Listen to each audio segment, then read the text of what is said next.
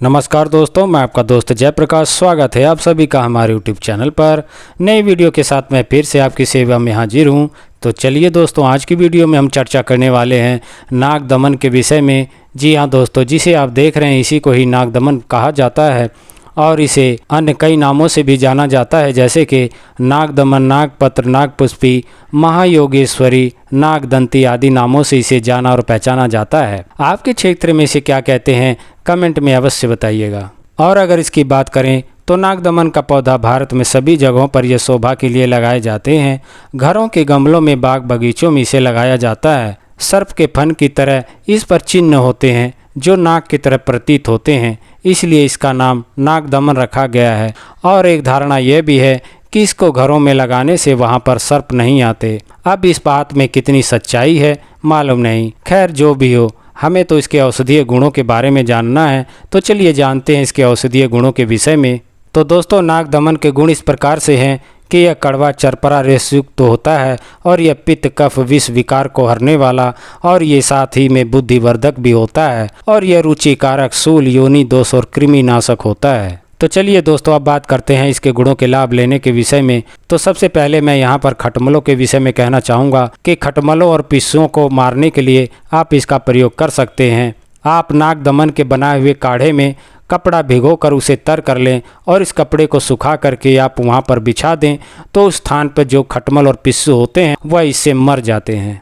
तो चलिए आगे बढ़ते हुए बात करते हैं शरीर पर कहीं पर भी नीले दागों की शिकायत होने पर इसके प्रयोग के विषय में। तो कहीं पर भी अगर नीले दाग की शिकायत है तो छाया में सुखाए हुए इसके पत्तों को लेकर इनका बारीक चूर्ण कर लें और चूर्ण करने के बाद में आप इसे शहद में मिलाकर नीले दाग वाली जगह पर आप लगाते हैं, तो इससे जो है कि दाग साफ हो जाते हैं। तो चलिए दोस्तों, अब बात करते हैं कान के दर्द और पीप बहने की शिकायत में इसके प्रयोग के विषय में।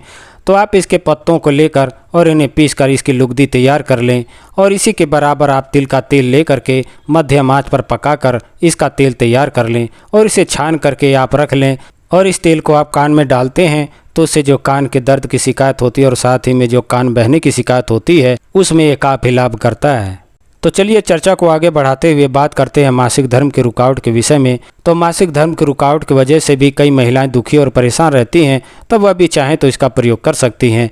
आप इसकी पत्तियों को लेकर के इन्हें बारीक पीस लें और बारीक पीसने के बाद में इसमें शहद मिलाकर आप बच्चेदानी में इसको रखते हैं, तो इस प्रकार से प्रयोग करने से मासिक धर्म जो है खुल कर आता है। तो चलिए दोस्तों, अब बात करते हैं चेहरे की सुंदरता के लिए इसके प्रयोग के विषय में। तो चेहरे की सुंदरता बढ़ाने के लिए भी आप इसका प्रयोग कर सकते हैं।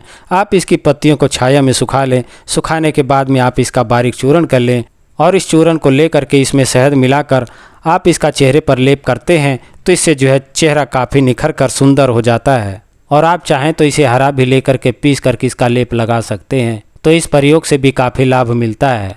तो चलिए आगे बढ़ते हुए बात करते हैं मस्तिष्क की कमजोरी में। तो किसी को भी अगर मस्तिष्क की कमजोरी हो गई है तब इसके काढ़े को बना करके इसका सुबह शाम नियमित रूप से इसका सेवन करते हैं, तो इससे जो है मस्तिष्क की कमजोरी दूर होती है। तो चलिए जो है कि अब बात करते हैं पेट में सूती कीड़े पड़ जाने के विषय में। तो किसी को भी अगर यह शिकायत हो गई है तो आप इसकी पत्तियों को लेकर छाया में सुखा लें। छाया में सुखाने के बाद में इसे ले करके आप इसका काढ़ा तैयार करें और काढ़ा तैयार करने के बाद में आप इसका सेवन करते हैं, तो इसके प्रयोग से जो पेट के कीड़े हैं वह नष्ट हो जाते हैं। तो चलिए जो है कि अब बात करते हैं विषम ज्वर के विषय में। तो काफ़ी लंबे समय से शरीर में मंद मंद बुखार जो बना रहता है और व्यक्ति बहुत ही परेशान रहते हैं इसकी वजह से, तो वह भी चाहें तो इसका प्रयोग कर सकते हैं।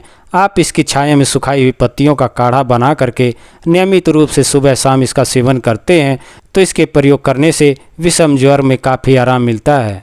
तो आशा करता हूं कि मेरा ये वीडियो आपको पसंद आया होगा। मेरा ये वीडियो आपको पसंद आया तो कृपया करके इसे लाइक, शेयर और सब्सक्राइब करना ना भूलें। साथ ही बेल आइकन को भी प्रेस कर लें ताकि आने वाली हर वीडियो आप तक पहुंचती रहे। तो आपके स्वास्थ्य की कामना के साथ अब मैं आपसे विदा चाहूँगा। नमस्कार, जय हिंद, जय भारत।